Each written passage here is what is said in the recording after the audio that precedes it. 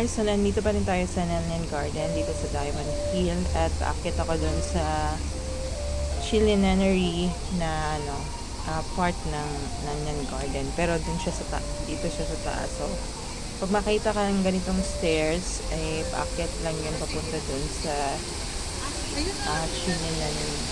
And hindi ko ma-explain kung ano yung pinakaloob ng temple kasi hindi ko siya naabutan na bukas.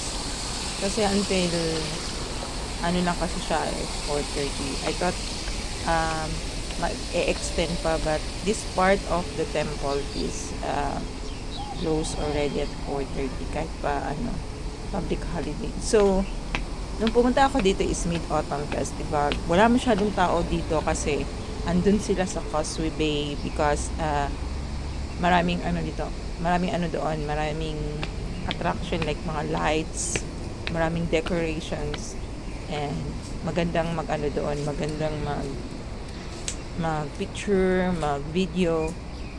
Yan. So, andun din sila sa mga spot na maraming decorations. So, I decided to come here because I have ear infection. So, ayoko yung maingay. So, this one, if you want to visit Hong Kong, must visit Nanyang Garden and Chilinenery.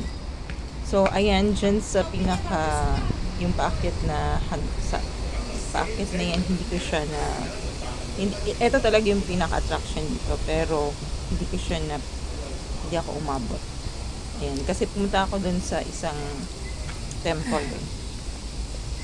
And, ang history nito is, mayroong mga dyan, mayroong mga, yung history ng temple na to. But, they said this is the largest temple, but I don't think so. Meron pa yatang mga, hindi ko lang sure. And this one, dito yung yan siya, lotus, parang pero etong lotus mahalaga sa lahat Chinese.